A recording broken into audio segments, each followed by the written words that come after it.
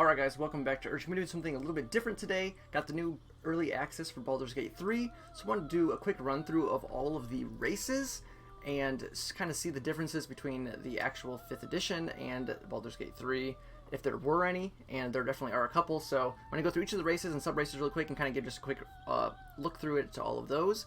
I plan to do some videos on going through all the appearance options and class options and everything, because they did some changes to like Ranger and stuff, and how they're actually adapting the 5th edition rules into the game setting, just for someone who actually plays D&D to see the difference, because a lot of these videos people are doing are just like gamers and they're not really doing the D&D aspect of 5th edition and kind of comparing that much. So I wanted to do a little bit more in-depth as to comparison to the 5th edition to the actual Baldur's Gate 3. So let's just jump straight into it here.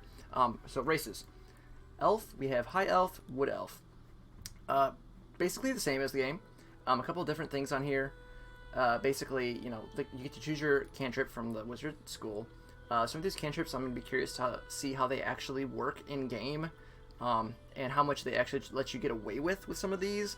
So it could be really interesting depending on how that actually plays in-game, choosing that kind of thing. But you're getting the main things, you know, Keen Senses, Fey Ancestry, your Dark Vision, Short Bow, Long Bow proficiencies. Dark Vision is 40 feet for all the races that I've noticed, so something to keep in mind there, a little bit different.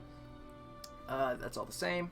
Wood Elf is basically the same thing on here. The big difference on here is Mask of the Wild does not deal with obscurement. It deals with just giving you proficiency in stealth. So definitely quite a bit difference there, but I can understand why they would try to do something like that, especially when it comes to vision and light rules in D&D 5th edition, probably some of the most confusing things, and trying to convey that into a game engine is probably quite strange, so that's probably why they did it like that. Tiefling, Asmodeus Tiefling is not a sub-race that's typically available, but you'll see why it doesn't really matter. You have Mephistopheles Tiefling, which is a normal sub-race in 5th edition, same with Zerial Tiefling. They all get the same things, barring the cantrip difference. So with Zerial, you're getting your Hellish Resistance, Dark Vision, again 40 feet, 30 foot movement, 1 strength, 2 charisma, and Thaumaturgy cantrip. Asmodeus is the exact same thing, it's just a different background and different visual, I guess, too, if you like how they look. And then the Mephistopheles Tiefling, same thing, except you get Mage Hand instead of Thaumaturgy. Drow is actually its own race in Baldur's Gate 3, which is interesting. Though the two differences here are basically just background and lore. So, yeah. And it looks like they do some visual differences, though you can change their appearances a bit as well on here. But, yeah, you get your normal stuff on here. The big thing is they do not have sunlight sensitivity, which is huge and would be incredibly annoying to try to play with in a video game. So don't have to worry about that. Superior Dark Vision is 80 feet, so it is double. So interesting on there. You get all the normal things as well. And again, you can see they all have the same stats between the two, and they get their Dancing Light cantrip. So yeah, pretty much normal. Humans, yep, you get +1 to everything. Super exciting, not quite. Githyanki is on here. No Githzerai, just Githyanki, which is what it is, you know, whatever. Yeah, these are pretty much the same, nothing major here. You have your Mage Hand cantrip, which, you know, is what it is. Curious to see it. I mean, I watched some gameplay videos and stuff with Mage Hand, can do some kind of wonky things, so I'm curious to get into the game and actually see what you can do, mess around with that kind of stuff. But yeah, pretty much straightforward, pretty much the same. Dwarf, Gold Dwarf is essentially the Hill Dwarf. They talk about the Gold Dwarves of Faerun, and but for whatever reason they decided to call it just Gold Dwarfs instead of the Hill Dwarf. So it is what it is on there. Everything else is basically the same. You have your Dwarven Resilience, you have your Dwarven Toughness, you know, everything there. Shield Dwarf, you know, get you all that good stuff. This Shield Dwarf is the Mountain Dwarf, is what it is, because it has the +2 strength. But yeah, again, all the normal things on here, I believe, is the same. So that's basically 1-for-1 comparison from the game, 5th edition to Baldur's Gate. Then you have your Half-elves. You actually have 3 variations on here. One thing that is interesting, this is basically the same. There is a slight change on here, which I think is actually kind of interesting. Instead of getting 2 to Charisma and 1 to whatever you want, they're actually letting you choose 2 points for whatever you want. So that is definitely interesting. But you have, so you can't pick 2 of the same. You have to pick 2 different stats, but you're still getting that bonus to 2 different stats plus 2 charisma. So I wonder if that's just maybe because charisma, I don't know, it seems like charisma would be pretty good in a game like this, especially when you have all the dialogue options.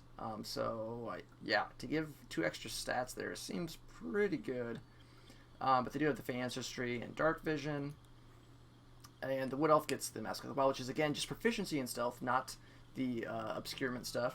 So keep that in mind. And the racial speed, of course. And I guess what they kind of did is, if you think about it, it's kind of like Variant Human. It's kind of just how they did it, which is interesting because you get to pick 2 stats, but you don't really have a feat. So I guess they're maybe calling the traits as a feat. It's weird. Like, I don't know, but it's really not that big a deal, I guess, on here. But she gets Dancing Lights. They kind of just combined, like, the Drow with a human. Like, you get 3 stats, but one of them gets +2 instead of getting all your stats +1.